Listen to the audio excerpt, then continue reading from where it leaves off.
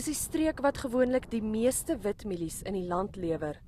Maar terwyl ander dele van die Vrystaat darm al reën gekry het, is die droogte omtrent nêrens so sigbaar nie as by Bultfontein. 'n Groot probleem hier in die Vrystaat is dat die reën baie wisselvallig is en net plek val.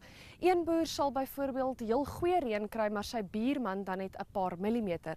Of op dieselfde plaas val die reën in stroke.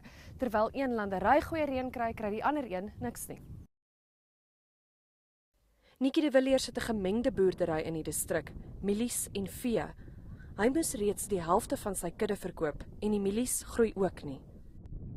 Normaalweg sou hulle nou al in die saad gewees het, regtig waar baie hoër as wat ons nou is. En as gevolg van die droogte kan julle nou sien, hulle het nie eers nie hoogte geword nie. Die toestande lyk baie sleg vir die winter wat voorlê. En dis waaroor ons die meeste bekommerd is, want ons het juis die mielies aangeplant vir die winter, vir veiding vir hulle, en daar is nou niks vir die winter nie. Die planne raak op. Jy weet, soos die mense sal sê, die binnevet is weg. Jy weet, jy het alle planne reeds gemaak. En dit skep 'n groot probleem, nie net vir voedselsekuriteit nie, maar ook vir die oorlewing van mense wat voedsel op die tafel gesit het. Vrystaat Landbou sê selfs as die volgende reenseisoen 'n goeie een is, gaan hierdie boere eers oor 2 jaar weer 'n inkomste hê. Danielle van Heerden, Unies, Bultfontein in die Vrystaat.